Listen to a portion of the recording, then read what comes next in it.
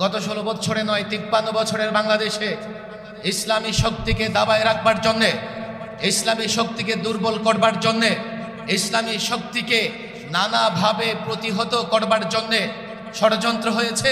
কখনো ইসলামী শক্তিকে মৌলবাদী বলা হয়েছে, কখনো ইসলামী শক্তিকে জঙ্গিবাদী বলা হয়েছে, কখনো ইসলামী শক্তিকে রাজাকার বলে ট্যাগ লাগানো হয়েছে।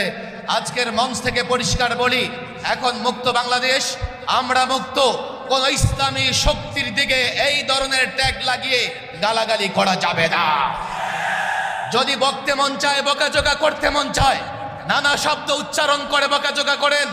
আল্লাহর কসম করে বলি, যে দল, যে সংগঠন কোন ইসলামী শক্তিকে রাজাকার বলবে, কোন ইসলামী শক্তিকে সাম্প্রদায়িক শক্তি বলবে, কোন ইসলামী শক্তিকে মৌলবাদী বলবে, আমরা ধরে নেব তারা ইসলামের দুশমন, ইসলামের শত্রু।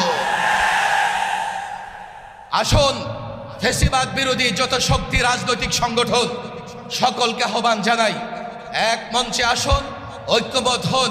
আগামীর বাংলাদেশ যেন শৃঙ্খলার, শান্তির বাংলাদেশ হয়।